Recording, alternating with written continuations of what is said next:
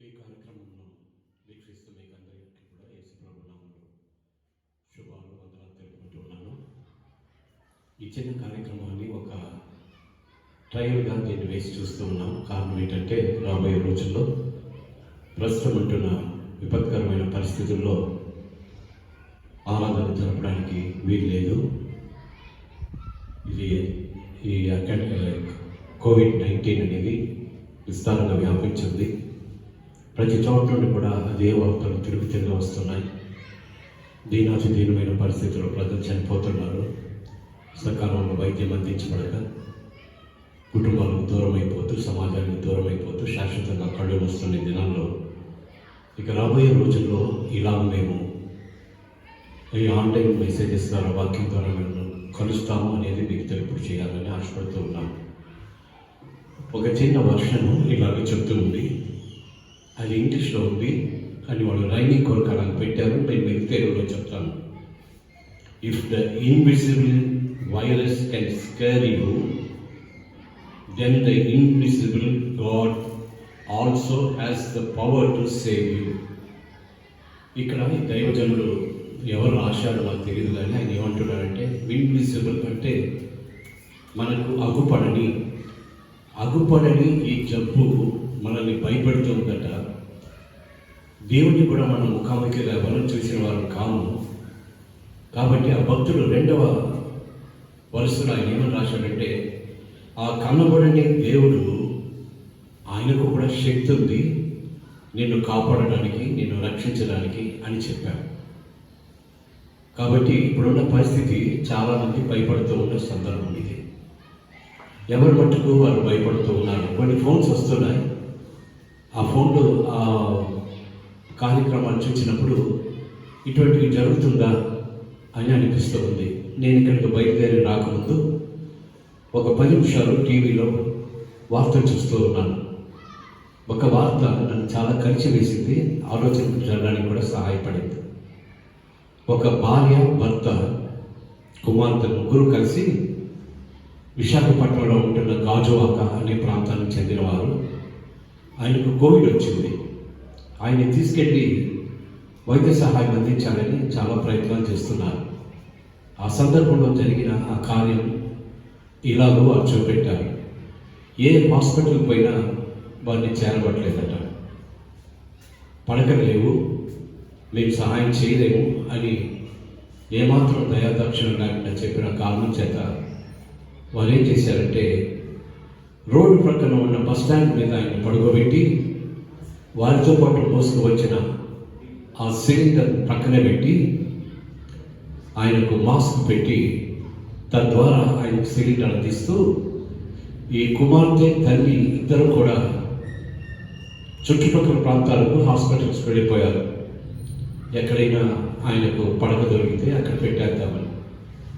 ఇంతలో అటువైపు వెళుతున్న ఒకరు ఇద్దరు ఈయన దీనమైన పరిస్థితి చూసి అక్కడ ఆగి చూస్తూ ఉండగా రాజకీయవేత్త కూడా ఒక ఆయన అంటే వచ్చారట.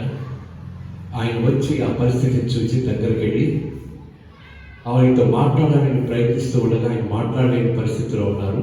ఇంతలో ఆయన భార్య, కుమార్తె వచ్చారు. మేము చేసిన ప్రయత్నాలు విఫలమయ్యాయి, ఎక్కడ కూడా మాకు హాస్పిటల్స్లో మరి బెడ్స్ లేవు అని చెప్పేస్తున్నారు, మేము వచ్చేసామని. ఆ రాజకీయవేత్త తన పలుకుబడి వాడి ఎవరికో తెలిపి ఆయన్ని తీసుకెళ్ళి అడ్మిట్ చేశాడు. ఆఖరిగా టీవీ వాళ్ళు ఇలా చెప్పారు, ఇన్ని ప్రయత్నం చేసి ఇంత విఫలమైపోయి ఇంత నిరాశకు లోనైన ఈ కుటుంబానికి ఆదరణగా పెద్దగా ఉంటున్న, భర్తగా ఉంటున్న ఈ దాసుడు వెళ్ళి చక్కగా వైద్య సహాయం పొంది క్షేమంగా తిరిగి రావాలని మనం ఆశిద్దామని. నన్ను వింటున్న ప్రియ స్నేహితులారా, సంఘస్థులారా, మన దీన పరిస్థితి ఎంత భయంకరంగా ఉందో జ్ఞాపకం చేసుకోండి.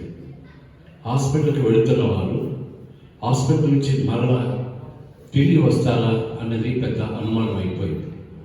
నిన్న ఒక వైద్యుడు అంటున్నాడు, ఐసీయూలో ఒకసారి అడ్మిట్ చేసిన తర్వాత ఆ పేషెంట్ మరలా బయటకు వచ్చి నలుగురితో పాటు సజీవంగా ఉంటాడని చెప్పలేమట.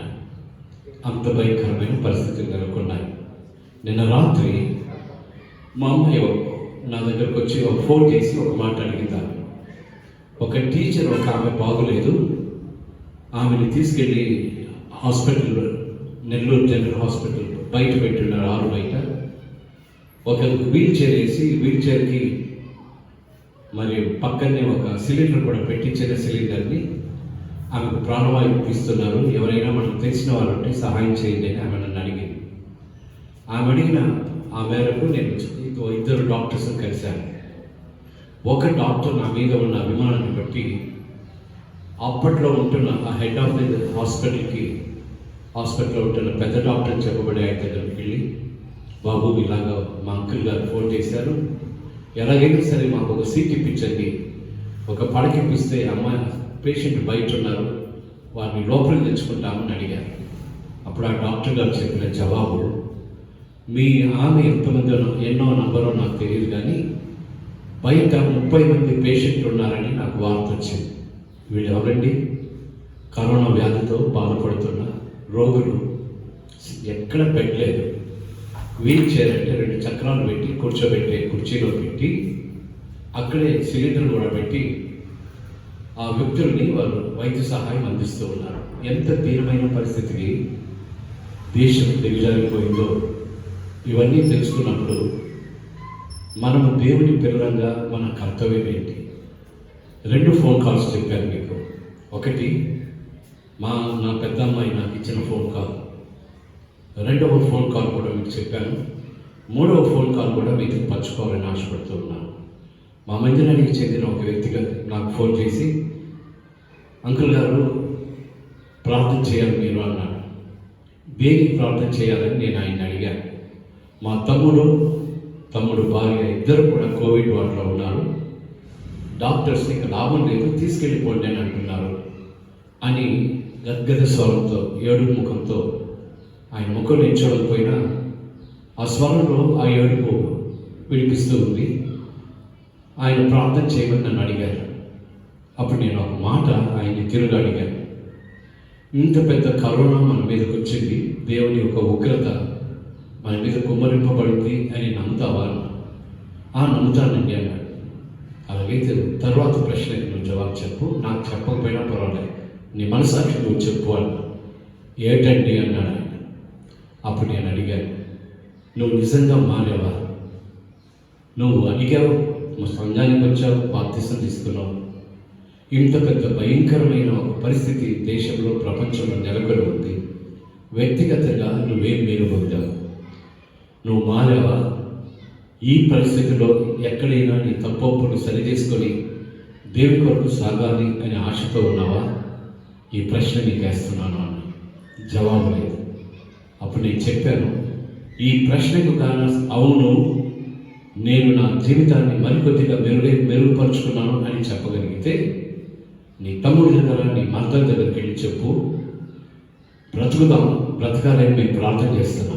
ఒకవేళ చనిపోయినా దేవుని దగ్గర పడడానికి ఏ ఆటంకం లేని పరిస్థితుల్లో మీ దేన స్థితిని దేవునికి ఒప్పుకోండి, మీ పాప క్షమాపణ పొంది ప్రభు కొరకు తన నిత్యత్వానికి ధారాళంగా వెళ్ళడానికి మీరు సిద్ధంగా ఉండండి అని చెప్పాను.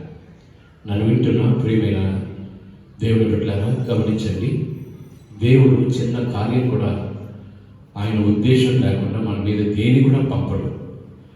ఇన్ని వేల మంది చనిపోతూ ఉన్న ఇంత పెద్ద పాండమిక్ మన మీదకు పంపారు అంటే దీని వెనుక దైవోద్దేశం ఏముందని మనం గ్రహించవలసిన బాధ్యత మన మీద ఉంది.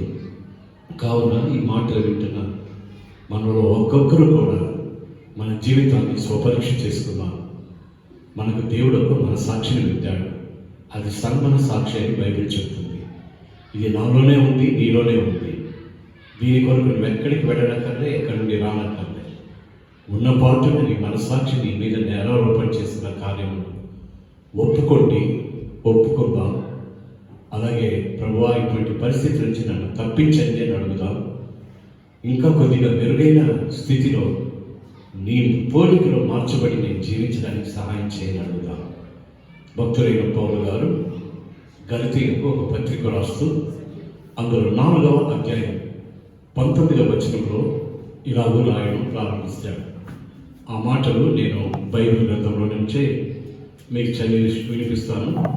4వ అధ్యాయం 19వ వచనంలో ఆయన ఒక మాట చాలా భారంతో కూడిన మాటగా రాశాడు. అది మీకు చెప్తున్నాను. నా పిల్లలారా, క్రీస్తు స్వరూపము మీ యందు ఏర్పడు వరకు మీ విషయమై మరలా నాకు ప్రసవ వేదన కలుగుతున్నది. క్రీస్తు స్వరూపం మీ యందు ఏర్పడు వరకు అంటే ఇట్స్ కంటిన్యూస్ ప్రాసెస్, జరుగుతూ ఉందన్నమాట, జరుగుతూ ఉండాల్సిందే. అందుకని అంటున్నాడు, ఆయన స్వరూపం మీ యందు ఏర్పడు వరకు. ఎప్పుడు వరకు అన్నది ఎక్కడికి ఆగుతుంది, ఎప్పటికి ఆగిపోతుంది అంటే ఎప్పుడు మనం ఆఖరి శ్వాస విడుస్తామో అక్కడ తరువాత మనం ఆయన స్వరూపంలోకి మారే అవకాశాలు లేవు. ఇక్కడ అంటాడు ఒక మాట, మరలా నాకు ప్రసవ వేదన కలుగుతున్నది అంటే అర్థమేంటి? గతంలో కూడా ప్రసవ వేదన కలిగింది. అది ఎప్పుడు కలిగింది? 1 కొరింథీయులకు రాసిన పత్రిక 4వ అధ్యాయం, దయచేసి 6వ వచనం చూడండి. 1 కొరింథీ 4వ అధ్యాయం 6వ వచనం గమనిస్తే అక్కడ ఏమంటాడో ఒక మాటను మీరు చూడండి.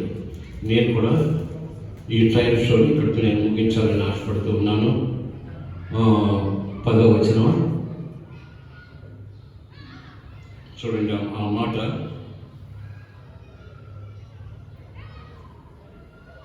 నాలుగవ అధ్యాయంలో ఒక మాట ఉంటుంది. అదేంటంటే మిమ్మల్ని ప్రసవ వేదనతో కన్నాను అని అంటాడు. అది నాకు ఇక్కడ అందుబాటులో దొరకలేదు ఆ వాక్యం. ఆ మాటను మీకు గుర్తు చేస్తున్నాను. ఒక వ్యక్తి ప్రభు దగ్గరకు రావాలంటే అనేకుల యొక్క ప్రయాసం ఉంది. బోధకులు బోధిస్తున్నారు, ప్రార్థించేవాడు ప్రార్థిస్తున్నారు, మాదిరిగా జీవించేవాడు జీవిస్తున్నారు. అది మొదటి ప్రసవ వేదన. అది పౌలు గారు చెప్తూ మరలా నాకు ప్రసవ వేదన కలుగుతూ ఉంది. అది ఎప్పటి వరకు అంటే మీ యందు క్రీస్తు స్వారూప్యము ఏర్పడే వరకు. ఇది ఒక్కరోజు జరిగే కార్యం కాదండి, జీవితాంతం జరిగే కార్యం.